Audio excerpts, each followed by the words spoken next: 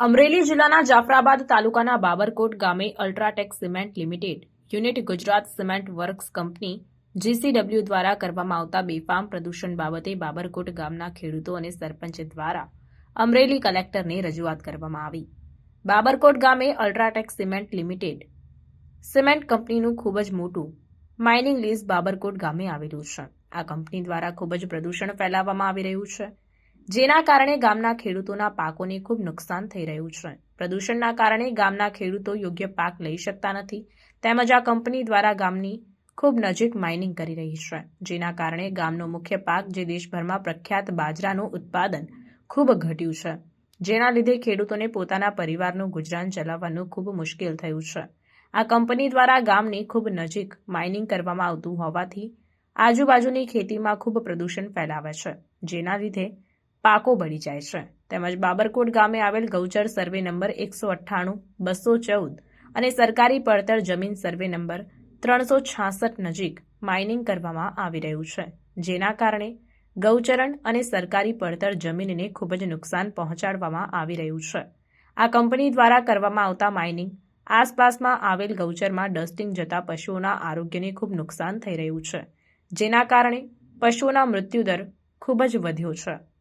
તાજેતરમાં બાબરકોટ ગામે નવું માઇનિંગ લીઝ ગામની ખૂબ નજીક અને ખેડૂતોને ખૂબ જ પ્રદૂષણ દ્વારા આ અલ્ટ્રાટેક સિમેન્ટ લિમિટેડ કંપની દ્વારા નુકસાન પહોંચાડવામાં આવી રહ્યું છે, જેના કારણે ખેડૂતો, પશુઓ અને લોકોના આરોગ્યમાં ખૂબ જ નુકસાન થઈ રહ્યું છે. તેમજ ગામના ખેડૂતો દ્વારા આ કંપનીના અધિકારીઓને પ્રદૂષણ થાય છે તેવું જણાવવા જાય છે, ત્યારે આ કંપનીના અધિકારીઓ દ્વારા ખેડૂતોને યેનકેન પ્રકારે દબાણ ઊભું કરીને ડરાવવા ધમકાવવામાં આવે છે, પોલીસ બોલાવવામાં આવે છે અને ફરીવાર બેફામ પ્રદૂષણ ફેલાવવામાં આવે છે.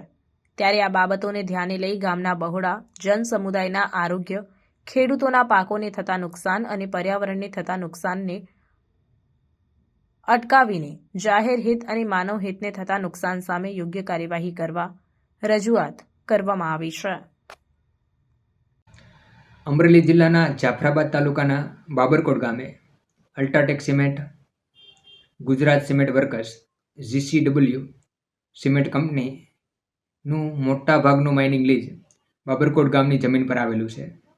ત્યારે તાજેતરમાં જ આ કંપની દ્વારા બાબરકોટ ગામથી ખૂબ જ નજીક માઇનિંગ કરવામાં આવી રહ્યું છે. ત્યારે આ માઇનિંગના કારણે આજુબાજુમાં રહેતા લોકો અને ખેડૂતોના પાકને ખૂબ જ મોટા પ્રમાણમાં નુકસાન થઈ રહ્યું છે. ત્યારે ગામના ખેડૂતો દ્વારા આ કંપનીના અધિકારીઓને વારંવાર રજૂઆત કરવામાં આવે છે કે આપના માઇનિંગના કારણે અમારી ખેતીના પાકને ખૂબ જ નુકસાન થઈ રહ્યું છે. તેમ છતાં પણ આ કંપનીના અધિકારીઓ દ્વારા અમારા ગામના ખેડૂતોનું કોઈ સાંભળવામાં આવતું નથી.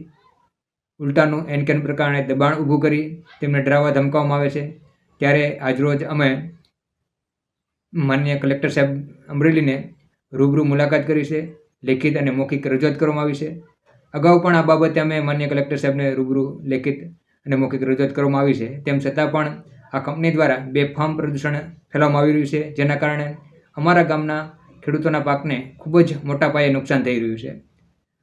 ભારતભરમાં પ્રખ્યાત બાબરકોટનો બાજરો છે, એનું અસ્તિત્વ છે એ જોખમાઈ રહ્યું છે. દિન પ્રતિદિન બાજરાના પાકનું ઉત્પાદન ઘટી રહ્યું છે, જેને ધ્યાનમાં રાખીને આજરોજ અમે ફરીવાર માનનીય કલેક્ટર સાહેબને રજૂઆત કરી છે. જો આગામી દિવસમાં અમારા ગામના ખેડૂતોના પાકને થતું નુકસાન અટકાવવામાં નહીં આવે, બાબરકોટ ગામના લોકોના આરોગ્યને થતું નુકસાન અટકાવવામાં નહીં આવે અને બહોળા જન સમુદાયના આરોગ્યને ધ્યાનમાં રાખીને, પર્યાવરણને ધ્યાનમાં રાખીને યોગ્ય કાર્યવાહી કરવામાં નહીં આવે તો આવનાર દિવસોની અંદર બાબરકોટ ગામના ખેડૂતો દ્વારા, ગામના લોકો દ્વારા, બહોળા જન સમુદાય દ્વારા આગામી દિવસમાં આ કંપનીના અધિકારીઓ સામે અને જવાબદાર તંત્ર સામે હાઈકોર્ટમાં PLI દાખલ કરવાની ફરજ પડશે. સાથે સાથે NGT કોર્ટમાં પણ આ બાબતે રજૂઆત કરવાની ફરજ પડશે, જે બાબતે આજરોજ અમે માનનીય કલેક્ટર સાહેબને અને પ્રદૂષણ વિભાગ પ્રાદેશિક કચેરી ભાવનગરને રજૂઆત કરવામાં આવી છે.